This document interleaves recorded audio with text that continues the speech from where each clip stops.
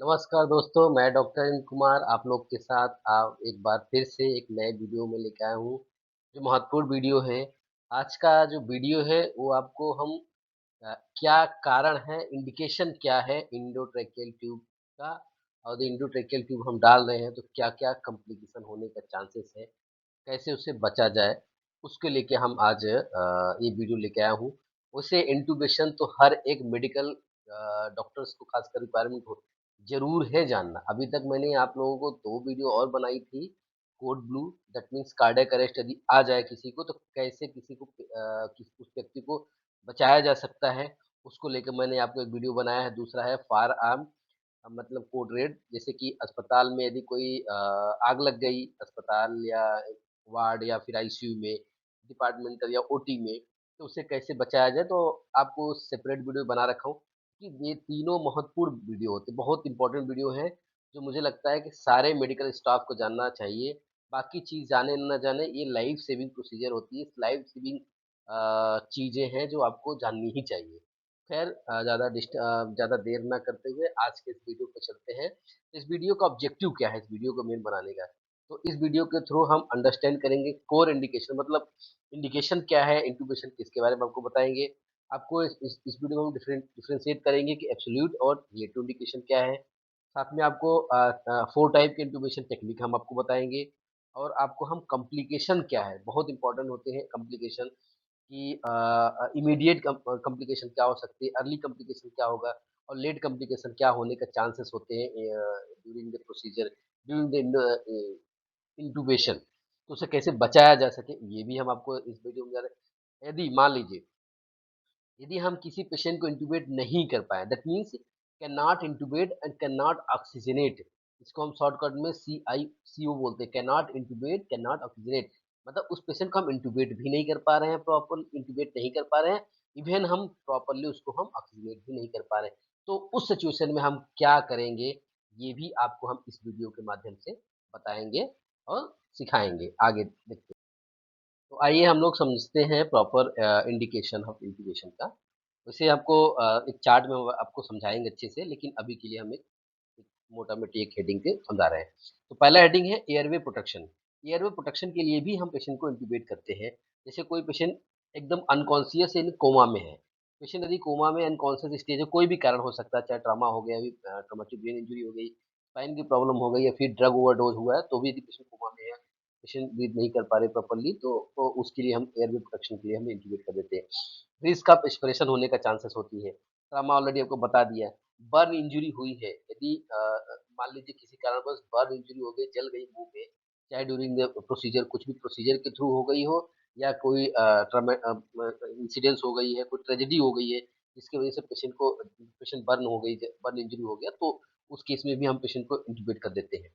Second heading है respiratory failure. Respiratory failure आपको पता है रिस्पिरेटरी फेलियर 2 टाइप के होते हैं, टाइप 1, टाइप 2। टाइप 1 मतलब इन द सेंस कि ऑक्सीजन कंसंट्रेशन जो होती है, वो कम हो जाती है हमारे ब्लड में। तो नॉर्मली ऑक्सीजन कंसंट्रेशन हमारा 60 एमएमएचजी से 100 एमएमएचजी होना चाहिए मिनिमम। ये मतलब सॉरी मोर देन 80 एमएमएचजी होना चाहिए, तो वो 400 तक, 300 तक जो भी है। लेकिन यदि 60 के बिलो 60 एमएमएचजी से बिलो हुआ है, तब उसको हाइपोक्सिमिया बोलते हैं। लेकिन हम पेशेंट की इंट्यूबेट तब करते हैं यदि सीवियर हाइपोक्सिमिया। सीवियर हाइपोक्सिमिया का मतलब होता है कि below 50 mmHg of oxygen pressure blood में हो जाए रह जाएगा, तो हमें पेशेंट को इंट्यूबेट करना पड़ेगा।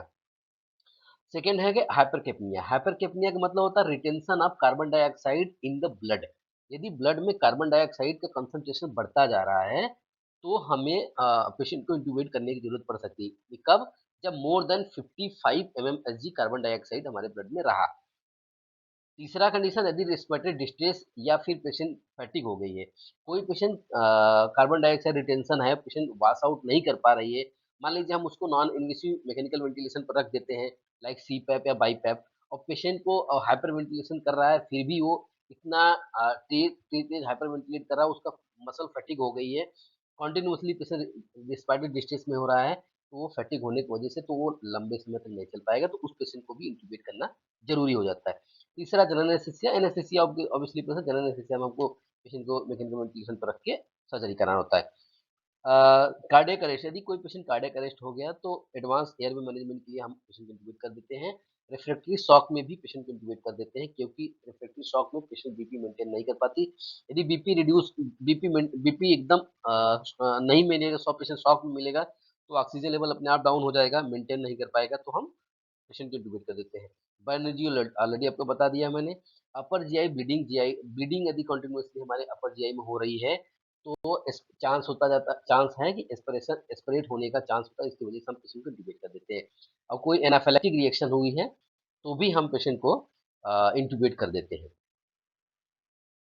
आइए अब आपको हम सिस्टम वाइज इंडिकेशन बताते हैं। तो पहला system central nervous system. Central nervous system यानी ब्रेन ब्रेन से रिलेटेड चीज़ें।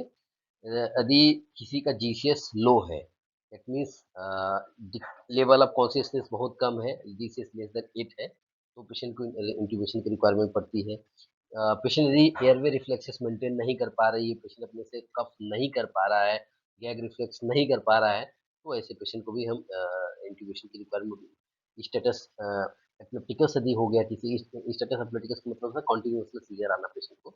यदि कॉन्टिन्यूअस सीजर आ रहा है तो चांस ऑफ एक्सपायरेशन होने का ज़्यादा है। यदि पेशेंट का ये ऐसी कंडीशन में हम पेशेंट को इंट्यूबेट कर देते हैं। सीवियर ट्रॉमेटिक ब्रेन इंजरी, यदि ब्रेन इंजरी हुई है तो वो पेशेंट ऑब्वियसली कोमा में होने का चांस बढ़ जाती है। पेशेंट मेंटेन नहीं कर पाएगा एयरवे अपना, तो ऐसे पेशेंट को भी हम इंट्यूबेशन की रिक्वायरमेंट होती है, जिसको इंट्यूबेट कर देते हैं। तो ये थी सेंट्रल नर्वस सिस्टम का। अब दूसरा सिस्टम है रिस्पायरेटरी सिस्टम। रिस्पायरेटरी सिस्टम में मेनली दो कारण, mainly in the sense classify कर देते हैं यदि हम सिस्टम को, तो हम एक type 1 respiratory failure, type 2 respiratory failure already explain कर दिया था मैंने। हाइपोक्सीमिया होती है, hypercapnia. Hypoxemia in the sense oxygen level concentration कम हो जाती है, hypercapnia in the sense carbon dioxide का शरीर बॉडी में इन द सेंस ब्लड में ज़्यादा हो जाती है, तो कार्बन डाइऑक्साइड पास आउट नहीं हो पा रहा है बॉडी में, तो उसके लिए भी हम पेशेंट को इंट्यूबेशन की रिक्वायरमेंट होती है। जैसे acute hypoxemic respiratory failure despite oxygen therapy, in the sense यदि ऑक्सीजन हम कितना भी दे रहे हैं, एडिक्वेट अमाउंट ऑफ ऑक्सीजन दे रहे हैं, इन द सेंस 100% FiO2 दे रहे हैं, तो भी पेशेंट मेंटेन नहीं कर पा रहा ऑक्सीजन लेवल, अपना PaO2 मेंटेन नहीं कर पा रहा है मोर देन 60 mmHg, तो भी हम पेशेंट को इंट्यूबेशन की रिक्वायरमेंट होती है। हाइपरकैप्निया इन द सेंस यदि पेशेंट टाइप 2 रिस्पिरेटरी फेलियर हो रहा है, इसकी वजह से रिस्पिरेटरी एसिडोसिस हो गई पेशेंट को, कंटिन्यूअसली मोर देन CO2 जो है मोर देन 55 mmHg हो गई है, तो पेशेंट के इंट्यूबेशन की रिक्वायरमेंट होती है। सीवियर ARDS हो गया तो भी पेशेंट को, सीवियर ARDS का मतलब ऑक्सीजन लेवल FiO2 और PaO2 के जैसे होती है, यदि उससे लेस देन 100 mmHg या फिर 50 mm, तो किसी को इंट्यूबेट करते हैं। सीवियर अस्थमा हो गया जो नॉट रिस्पॉन्डिंग टू ट्रीटमेंट, यदि जो ट्रीटमेंट से रिस्पॉन्ड नहीं कर रहा अस्थमा, तो उसका चांस हो जाती है कि साइलेंट चेस्ट होने का चांस हो जाता है। Silent chest in the sense एक कंडीशन होती है जिसमें ऑक्सीजन या carbon dioxide, mainly carbon dioxide, ना वो इन हो रहा है ना आउट हो रहा है, इन द सेंस पास आउट नहीं हो रहा है, पेशेंट उसी के अंदर सफोकेट होने फील करने हैं, तो ऐसे पेशेंट को तुरंत इंट्यूबेशन की रिक्वायरमेंट होती है। और कोई पेशेंट रिस्पायरेटरी अरेस्ट होने का इम्पेंडिंग लग रहा है तो भी तुरंत इंट्यूबेशन की रिक्वायरमेंट होती है। तो ये थी रिस्पायरेटरी सिस्टम। अब आते हैं cardiovascular system. Cardiovascular system mainly important होती है, जैसे कि कार्डियक अरेस्ट हो गया कोई पेशेंट। अब कोई पेशेंट कार्डियक अरेस्ट हो गया, सीपीआर कर रहे हैं, सीपीआर के दौरान हमें एडवांस एयरवे मैनेजमेंट करना पड़ता है, करना चाहिए। उसके लिए भी हम पेशेंट को इंट्यूबेट कर देते हैं। Severe cardiogenic shock with respiratory failure, in the sense यदि पेशेंट कार्डियक शॉक में है, पेशेंट यदि शॉक में है तो भी ऑलरेडी एक्सप्लेन कि उसमें भी आपको इंट्यूबेट करने की जरूरत पड़ती है, क्योंकि बीपी मेंटेन नहीं कर पाता पेशेंट को, तो इससे यदि कोई पेशेंट हीमोडायनामिकली अनस्टेबल है, अनस्टेबल इन द सेंस वो मेंटेन नहीं कर पा रहा, उसका बीपी वाइटल सिचुएशन मेंटेन नहीं कर पा रहा है, तो भी पेशेंट को हम इंट्यूबेट कर देते हैं ऐसे पेशेंट को। एयरवे, अपर एयरवे, एयरवे देखेंगे, एयरवे यदि कोई ऑब्स्ट्रक्शन हो रही है, obstruction due to the foreign body tumour या एडिमा, तो इसकी वजह यदि पेशेंट को प्रॉपरली ब्रीथ नहीं कर पा रहा तो भी पेशेंट को इंट्यूबेट किया जा सकता है। एनाफिलैक्सिस हो जाती है, विद एनाफिलैक्सिस एनाफिलैक्सिस रिएक्शन हो जाती है, जिसकी वजह से एयरवे एडिमा हो गई, एंजियोडीमा हो गई, तो भी पेशेंट को इंट्यूबेट करना पड़ेगा। फेशियल ट्रॉमा हो गई, कोई नेक ट्रॉमा इंजरी हो गई है, patient related to airway difficulty, तो उसी पेशेंट को भी हम इंक्लूड की रिक्वायरमेंट होती है। जीआई सिस्टम में ऑलरेडी एक्सप्लेन कर दिया कि मैं जीआई ब्लीडिंग यदि हो रही है, जो रिस्क होता है एस्पिरेशन होने का, तो भी ठीक है। यदि persistent vomiting with inability to protect airway, यदि पेशेंट को कोई बार बार वोमिट हो रही है और वो एयरवे मेंटेन नहीं कर पा रहा है, चांस है एक्सपिरेशन होने का, तो पेशेंट को इंट्यूबेट की रिक्वायरमेंट पड़ती है। यदि पेशेंट इन्फेक्शन है, severe infection, that means severe sepsis हो गई, जो respiratory failure, that means hypoxaemia, वो टाइप 1 रिस्पायरेटरी फेलियर करेगा, तो भी पेशेंट को हम इंट्यूबेशन की रिक्वायरमेंट। कोविड 19 आप सबको पता है, कोविड 19 में एआरडीएस होने का चांसेस हो जाती है, जैसे जैसे तो वैसे पेशेंट को इंट्यूबेशन की रिक्वायरमेंट होने पड़ जाती है। मेटाबॉलिक प्रॉब्लम खासकर से मेटाबॉलिक एसिडोसिस में, यदि सीवियर मेटाबॉलिक एसिडोसिस हो गई है, जैसे severe metabolic acidosis in the sense ये जो है 7.2 के बिलो आ गई है, तो 7.2 के बिलो यदि पीएच आ गई है, तो भी पेशेंट को हम इंट्यूबेट कर देते हैं। कारण कुछ भी हो, चाहे डायबिटिक कीटोएसिडोसिस भी हो, चाहे अदर कॉज हो सकते हैं, ड्रग्स ओवरडोज हो गया, टॉक्सिन्स हो गए, etcetera, respiratory failure. Trauma main case होता है, ट्रॉमा में मेजर ट्रॉमा जो कंप्रोमाइज कर जाते हैं एयरवे को। सीवियर इनहेलेशन बर्न, यदि बर्न इंजरी हो गई है, ऑलरेडी आपको एक्सप्लेन कर दिया है कि moderate to severe burn injury हो गई है, जैसे मोर देन 60% यदि बर्न इंजरी है हमारे बॉडी में, तो भी पेशेंट को इंट्यूबेशन की रिक्वायरमेंट पड़ती है, क्योंकि उसकी वजह से सेप्सिस होने का चांसेस है। ये तो बॉडी में, यदि चेस्ट और फेस में हो गई तो परसेंटेज नहीं देखते, यदि फेस और चेस्ट में हो गई, पेशेंट सांस अच्छे से नहीं ले पा रहा है, रिस्पायरेटरी डिस्ट्रेस में है, तो भी पेशेंट को इंट्यूबेशन की रिक्वायरमेंट होती है। Polytrauma requiring the airway protection during resuscitation, already explain.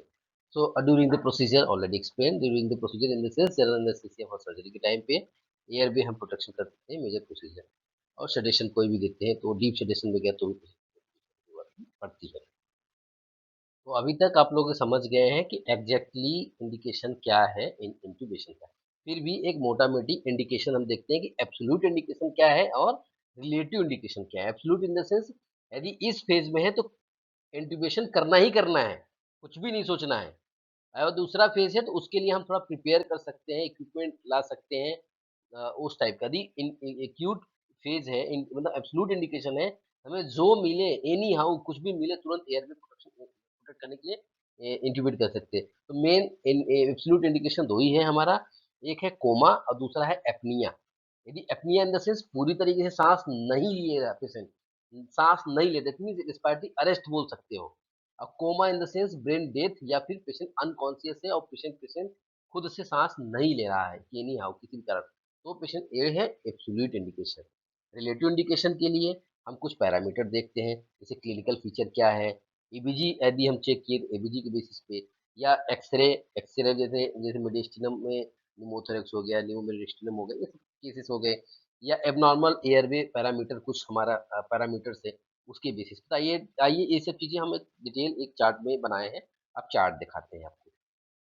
तो क्लिनिकल फीचर क्लिनिकली हम असेस करते हैं, जिसका किसी का जीसीएस पुअर, जिसे loss decrease level of consciousness है, जीसीएस लेवल 8 है, प्रोग्रेसिव एग्जॉशन हो, साइलेंट चेस्ट ऑलरेडी आपको बता दिया मैंने कि मेनली ये सीवियर अस्थमा या फिर सीओपीडी में भी देखा जा सकता है।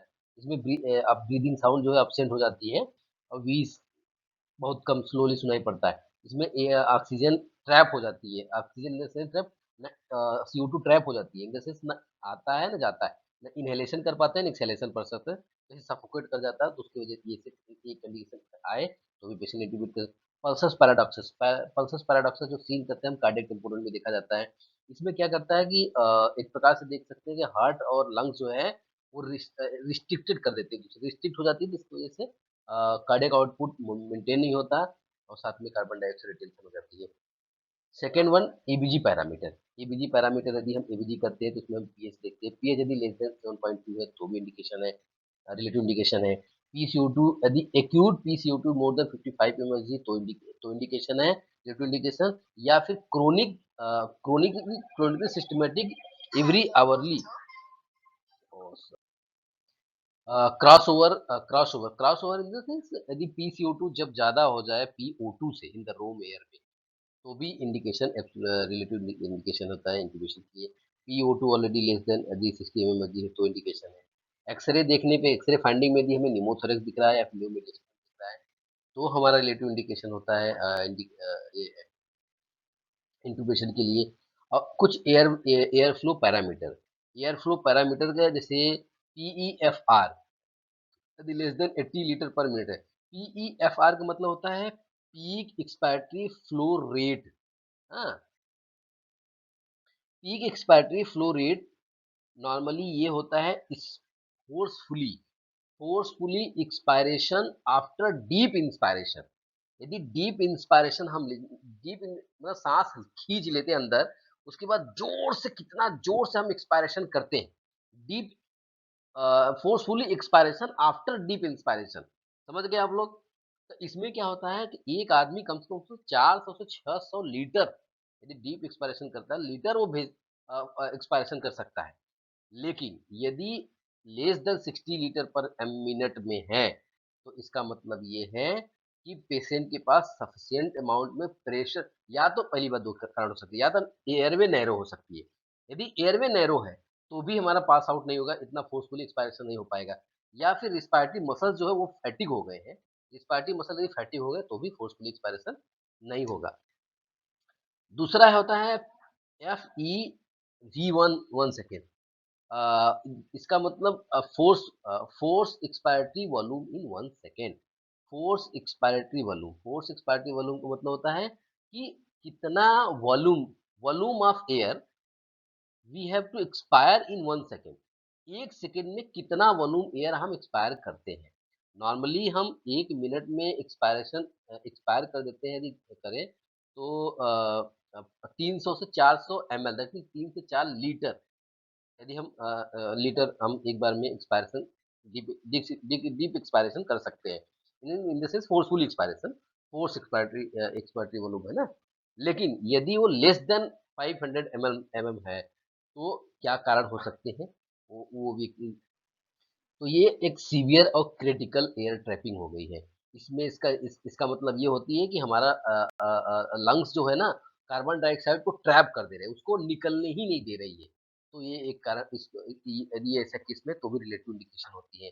और वाइटल कैपेसिटी, यदि वाइटल कैपेसिटी 1000 ml से भी लो हो गया, 1000 ml इन द 1000 से भी कम मतलब रिजर्व वॉल्यूम भी हमारा एक रिजर्व वॉल्यूम से भी कम हो गई। यदि इतना ऐसे केसेस में भी मतलब इन द सेंस पेशेंट तो सर्वाइव ही नहीं कर पाए, ऑक्सीजन ही नहीं मेंटेन कर पाएगी, तो भी हम पेशेंट को इंट्यूबेट करने की रिक्वायरमेंट पड़ती है। वाइटल कैपेसिटी आपको पता है ना, वाइटल कैपेसिटी क्या होता है? Total amount of air. यदि कितना टोटल अमाउंट ऑफ एयर हम कितना एक्सहेल करते हैं, मतलब एक्सपायरेशन करते हैं एक डीप इंस्पायरेशन में, तो ये चीजें उसको हम वाइटल कैपेसिटी बोलते हैं। ठीक है। नॉर्मली वाइटल कैपेसिटी हमारा 3 से 5 लीटर तक जाता है। 3 से 5 लीटर लीटर समझते हो? 300 से 5000 एमएल, 3000 एमएल से 5000 एमएल हम वाइटल कैपेसिटी होती है। लेकिन यदि हमारा 1000 एमएल से भी कम हो गई है, जो हमारा रिजर्व वॉल्यूम से भी कम हो गई है, तो इस सिचुएशन में हम पेशेंट को एडमिट करने की रिक्वायरमेंट पड़ती है। अब आप लोग को हम टाइप ऑफ इंट्यूबेशन बताते हैं। आशा करते हैं आपको इंडिकेशन समझ में आ गया होगा अच्छे से कि इंडिकेशन क्या-क्या है, कारण हो सकते हैं। एब्सोल्यूट इंडिकेशन क्या होता है और रिलेटिव इंडिकेशन क्या हो सकती है। तो टाइप ऑफ इंट्यूबेशन में सबसे पहले है orotracheal intubation. Orotracheal intubation name itself telling कि मुँह से ट्यूब डालेंगे, लेरिंगोस्कोपिक सहायता से डायरेक्ट ट्रैकिया में पहुँच जाएँगे। सबसे कॉमन और प्रेफर रूट होती है इमरजेंसी में भी। नेज़ोट्रैकियल रूट सेकंड सेकंड जो होता है नेज़ोट्रैकियल रूट। नेज़ोट्रैकियल रूट हम इसके नोज़ नाक के थ्रू नोज़ के थ्रू डालेंगे, नाक के थ्रू डालेंगे। ये थोड़ा-सा यदि डिफ़िकल्ट केसेस होती हैं, केसेस लाइक जैसे ट्रिस्मस हो गई या कोई फेसियो-मैक्सिलरी ट्रॉमा हुई है, तो हम नेज़ोट्रैकियल रूट अपनाएगा, या फिर हम किसी पेशेंट को awake intubation, fibre optic intubation की रिक्वायरमेंट है, तो भी हम नेज़ोट्रैकियल इंट्यूबेशन करते हैं। Third one rapid sequence intubation. Rapid sequence intubation हम इमरजेंसी या फिर एमआईसीयू में करते हैं। इसमें हमें सारा प्रोसीजर विदिन 90 सेकंड में करना होता है। इसमें साइमल्टेनियसली सेडेटिव और मसल रिलैक्सेंट दे के तुरंत पेशेंट को इंट्यूबेट कर देते हैं। ये पेशेंट को हम तब करते हैं यदि किसी का फुल स्टमक है या एनपीओ मेंटेन नहीं है, एस्पिरेशन होने का चांसेस है, तो फिर हम रैपिड सीक्वेंस इंट्यूबेशन करते हैं विथ अ रिक्वायर्ड प्रेशर देके, ताकि एस्पिरेशन ना हो। फोर्थ इज वीडियो असिस्टेड या फाइबर ऑप्टिक इंट्यूबेशन। ये हम एंटीसिपेट एयरवे डिफिकल्टी यदि रहती है, तो हम इसके वीडियो रिंग की सहायता से, वीडियो असिस्ट या फाइबर ऑप्टिक सहायता से हम इंट्यूबेट करते हैं। आपको इस वीडियो में हम एयरवे असेसमेंट नहीं कर रहे हैं, मेनली, लेकिन वीडियो असिस्ट या फाइबर ऑप्टिक इंट्यूबेशन हम तब कर सकते हैं, तब करते हैं यदि मलहम पट्टी ग्रेड 3 और ग्रेड 4 होता है। सीएल ग्रेडिंग यदि हमारा 3 या 4 होती है, तो हमारा जैसे mouth opening less than 2 finger या less than 1 finger, less than 2 finger होती है, तो भी हमें video assist fibre optic intubation की रिक्वायरमेंट पड़ती है। तो ये 4 टाइप है इंट्यूबेशन करने का। अब सबसे महत्वपूर्ण वीडियो में ये है कि कॉम्प्लिकेशन। लरिंगो इंट्यूबेशन करना आसान नहीं होता है, क्योंकि लरिंगो इंट्यूबेशन के कॉम्प्लिकेशन बहुत डेंजरस होते हैं, बहुत लाइफ थ्रेटनिंग कॉम्प्लिकेशन होने के चांसेस रहते हैं। तो इमीडिएट कॉम्प्लिकेशन क्या होते हैं? इमीडिएट कॉम्प्लिकेशन ये है कि आप गलती से या रॉन्गली आप ट्रेकिया के बजाय इसोफेगस में इंट्यूबेट कर इसोफेगस में इंट्यूबेशन कर दिया आपने। तो ऐसे केस में आपको असेस करना है अस्कल्टेट करके या फिर कैप्नोग्राफी देख के इमीडिएटली। एक्चुअली अस्कल्टेशन भी एकदम रिलायबल नहीं माना जाता, लेकिन फिर भी एक एग्जांपल ले सकते हैं। लेकिन कैप्नोग्राफी इज इम्पोर्टेंट होती है, उसको देख सकते हैं। दूसरा है हाइपोक्सिया। हाइपोक्सिया कैसे होता है? यदि आपने प्रॉपर प्री ऑक्सीजनेट नहीं किया और लंबे समय तक आप इंट्यूबेशन लरिंगोस्कोपी डाल के वहीं आप मैनिपुलेशन कर रहे हैं, आप डाल इंट्यूबेट नहीं कर पा रहे हैं और लंबे समय से आप ट्राई कर रहे हैं, तो ऐसे पेशेंट को हाइपोक्सिया होने का चांसेस ज़्यादा है। सो आप हाइपोक्सिया प्रिवेंट करने के लिए आपको प्रॉपर प्री ऑक्सीडेशन करना है और बहुत लंबे समय तक ट्राई नहीं करनी है। आपको विदिन 1, 2, 3 मिनट तक मैक्सिमम करिए और फिर से आप प्री ऑक्सीजनेट करिए विथ बैग एंड मास्क से। तीसरा है ब्रेडिकार्डिया। ब्रेडिकार्डिया कैसे हो जाएगा? ब्रेडिकार्डिया इसलिए हो जाएगा कि आप लरिंगोस्कोपी से वेगल स्टिमुलेट कर देते हैं। वेगल स्टिमुलेशन से पैरासिम्पैथेटिक एक्टिविटी से ब्रेडिकार्डिया होने के चांसेस बढ़ जाती है। ये तो immediate immediate complication. Second is early complication. Early complication का मतलब होता है कि 5 मिनट से लेकर 24 घंटे तक। अच्छा, आप 5 minute in the sense patient आपने डिबेट कर दिया है। Post intubation hypotension. Post intubation hypotension में इमीडिएटली तब होता है जब आप इंट्यूबेशन के टाइम पे सेडेटिव दे देते हैं। सेडेटिव देते ही हैं, तो सेडेटिव की वजह से चाहे आप प्रोपोफॉल दे रहे हैं, चाहे थायोपेंटोन दे रहे हैं, तो पेशेंट सडनली बीपी डाउन हो जाती है, हाइपोटेंशन हो जाती है। तो इसको बचाने के लिए आपको वेसोप्रेशर या फिर फिनाइलेफ्रीन वगैरह आपके पास जो है वो तुरंत दे दीजिए, या फिर फ्लूइड वगैरह मेंटेन रखिए ताकि बीपी कंट्रोल ना हो। दूसरा गलती क्या कर देते हैं आप, ट्यूब जो है बहुत इनसाइड डाल देते हैं, राइट मेन स्ट्रीम में भी डाल आप चले जाए। आपको पता है कि राइट साइड थोड़ा सेम लाइन में, इसलिए आप राइट साइड में डाल दिए, तो भी एक प्रॉब्लम हो जाती है। तीसरा एरिथमिया। एरिथमिया होने का चांसेस, एरिथमिया होने कार्डियक एरिथमिया होने के चांसेस है। लरिंगोस्पाज्म हो जाती है, क्योंकि रिएक्टिव रिफ्लेक्सेस जैसे अस्थमा पेशेंट में रिएक्टिव हो जाती है, तो लरिंगोस्पाज्म होने का चांसेस बढ़ जाती है ये। साथ में अब लेट कॉम्प्लिकेशन क्या होता है? Late complication in the sense 24 घंटे के बाद, 24 घंटे से 7 दिन तक कॉम्प्लिकेशन और भी ज़्यादा कॉम्प्लिकेशन। जैसे वेप हो गया। वेप इन द सेंस होता है ventilator associated pneumonia. Ventilator associated pneumonia तब बोलते हैं हम, जनरली किसी को निमोनिया इन्फेक्शन हो जाता है मोर देन 48 आवर। 48 आवर से पहले उस पेशेंट में कोई इन्फेक्शन मार्कर नहीं था, लेकिन 48 आवर के बाद इन्फेक्शन हो गया, तो उसको हम वेंटिलेटर एसोसिएटेड निमोनिया बोलते हैं। फिर दूसरा है ट्रैकियल स्टेनोसिस।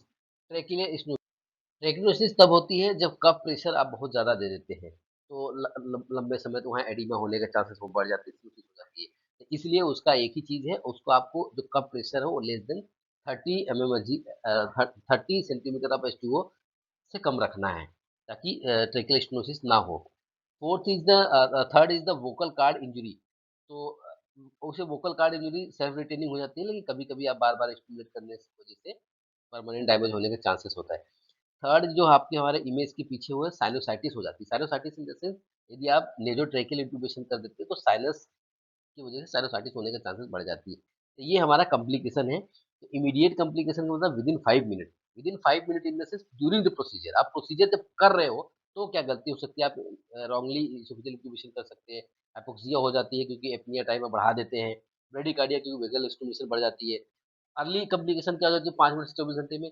इसमें hypotension suddenly post intubation hypotension हो जाती है, क्योंकि सेडेटिव आपने दे के बैठा, चाहे प्रोपोफॉल, थायोपेंटोल, उसको आप प्रिवेंट करने के लिए फिनाइलेफ्रीन वगैरह फिर फ्लूइड वगैरह राइट मेन स्ट्रीम में आप चले जाते हैं, क्योंकि ट्रैकियासिन लारिंगोस्पाज्म हो जाती है। लेट कॉम्प्लिकेशन जैसे वेंटिलेटर से निमोनिया हो जाएगी, साइनोसाइटिस हो सकती है, ट्रैकियल स्टेनोसिस हो सकती है, वोकल कार्ड इंजरी हो सकती है। अब आपको एक और कॉम्प्लिकेशन के बारे में एक्सप्लेन करते हैं, वो सिनेरियो, वो सिचुएशन जिसमें आप पेशेंट को इंट्यूबेट नहीं कर पा रहे हैं, किसी भी अटेम्प्ट में कितने भी ट्राई कर रहे हैं आप, तो आप यदि पेशेंट को can not intubate, can not oxygen वाले सिनेरियो आ रही है, तो आप क्या करेंगे ऐसे केसेस में? आप सिनेरियो इन द सेंस यदि आप लेरिंगोस्कोपी फेल हो रहा है, कैन नॉट सी कार्ड, आप कार्ड नहीं देख पा रहे हैं, ऑक्सीजन लेवल ड्रॉप होते जा रहा है, आप इवन ट्राई कर रहे हैं 2 बार, टू हैंडेड बैग मास्क, तो उसमें क्या करना चाहिए? ऑब्वियसली आपको तुरंत इमीडिएटली अपने किसी सीनियर डॉक्टर से सलाह लेना चाहिए, खासकर एनेस्थेटिक्स का या फिर ईएनटी सर्जन का रिक्वायरमेंट के लिए उनको एक साथ में आपको मैक्सिमाइज करना है, बैग एंड मास्क वेंटिलेशन आपको देना है, bag and mask ventilation double handed.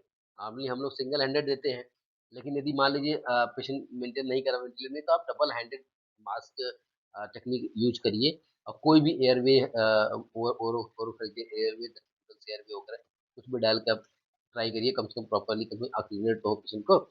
फिर आप कुछ भी मिले यदि सुप्राग्लॉटिक एयरवे लाइक आईजीएल हो या एलएमए है, तो वो डालने की कोशिश करिए। यदि आप जो ट्यूब नहीं डाल पा रहे हैं, तो आईजीएल एलएमए डालने की कोशिश करिए। साथ में यदि आप यानी हम आपको ऑक्सीजन लेवल मेंटेन, फिर भी आपको यदि ऑक्सीजन लेवल मेंटेन नहीं हो पा रहा, बिलो 90% आ रहा है, तो फिर हम सर्जिकल अटेम्प्ट करेंगे।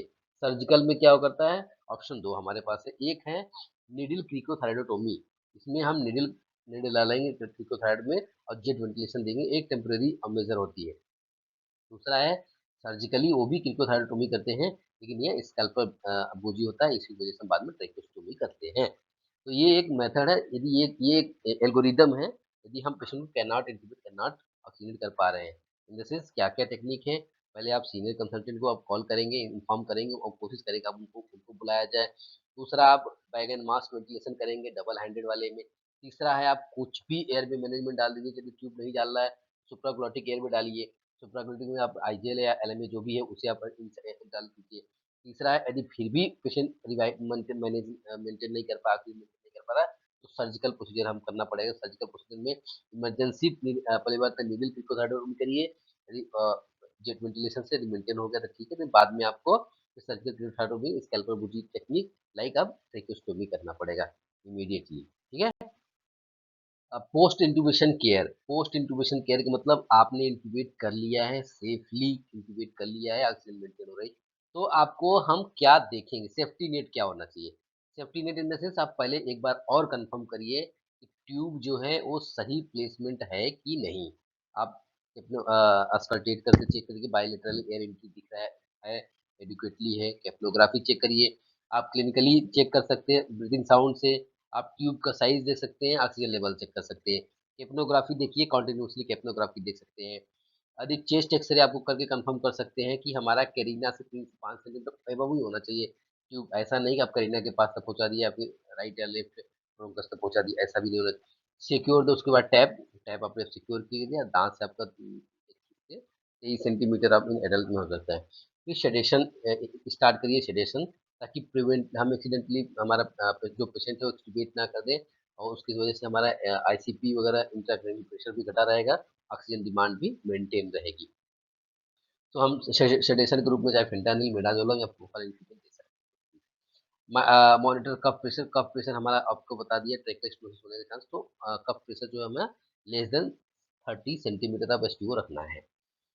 कीप रेस्क्यू इक्विपमेंट रेडी, यदि साथ में डिफिकल्ट एयरवे कार्ड जो है हम 24 घंटे तक रखते हैं कि जरूरत पड़ेगी, कॉम्प्लिकेशन भी आपने बता दिया 24 घंटे के अंदर क्या कॉम्प्लिकेशन हो सकती है। हाँ, तो उसके तरीके से आप प्रिपेयर करना है, पोस्ट ऑफ केयर इम्पोर्टेंट है। टेक होम मैसेज फॉर हमारे डॉक्टर्स, चाहे एमडी डीएनबी रेजिडेंस हो या फिर हमारे अदर डॉक्टर्स होंगे, तो क्या मैसेज लेना अभी तक इस वीडियो में? तो क्रॉस ओवर ऑलरेडी बता दिया, क्रॉस ओवर हो या फिर साइलेंट चेस्ट हो, कोमा हो या फिर एपनिया केसेस में हमें डिले नहीं करना है, इंट्यूबेट करना है इमीडिएटली। ये एक एब्सोल्यूट इंडिकेशन समझ लीजिए। कैप्नोग्राफी जो होती है हमारा स्टैंडर्ड टेक्निक है, वो कंफर्म करने के लिए, प्लेसमेंट के लिए। पोस्ट इंट्यूबेशन हाइपोटेंशन जो हो रही है उसको हम पहले प्रेडिक्ट करके प्री लोड फ्लूइड हमें दे देना है, या फिर प्रेशर को हमें प्रिपेयर कर लेना है, वेसो प्रेशर या फिर जैसे फिनाइलेफ्रीन हो गया, मेफेंट्रामीन हो गई, एडीआर वगैरह जो भी आपके पास अवेलेबल हो, तो उसके लिए हमें प्रिपेयर करके रखना है। यदि can not intubate, can not oxygenation scenario आ रही है, तो उसको कैसे मैनेज करना है, ये चीज़ आपको आना मतलब जानते रहना है। आप पैनिक नहीं होना है, आप मैनेज करना जानना चाहिए। तो ऐसे कुछ चीज़ें हैं जो आपको टेक होम मैसेज लेना है। तो थैंक यू फॉर इस वीडियो को बनाने के लिए हमें काफ़ी बुक्स पढ़ने पड़े, खाली नोट्स बनाने पड़े। तो मॉर्गन और माइकेल क्लिनिकल एनेस्थीसिया हो गया, दास टेक्नोलॉजी हो गया, टाइटन इमरजेंसी, हरीशन हो गई। सो होप सो ये वीडियो आपको समझ में आया होगा अच्छे से। फिर भी कोई भी डाउट हो तो पूछ सकते हैं। थोड़ा सा एक्सप्लेन करने के लिए मैं थोड़ा बेसिक्स टू हायर जाने की कोशिश किया हूँ मैं। नोट्स तो ये डॉक्टर्स समझेंगे। थोड़ा लंबा वीडियो बन गई है। होप सो पसंद करेंगे। तो thanks for watching this video. मेरा चैनल सब्सक्राइब कर लीजिएगा। आगे भी ऐसे वीडियो देखते देंगे आपको, अच्छे से इन्फॉर्मेटिव वीडियो बनाते रहेंगे। Thanks for watching. Thank you, thank you, thank you.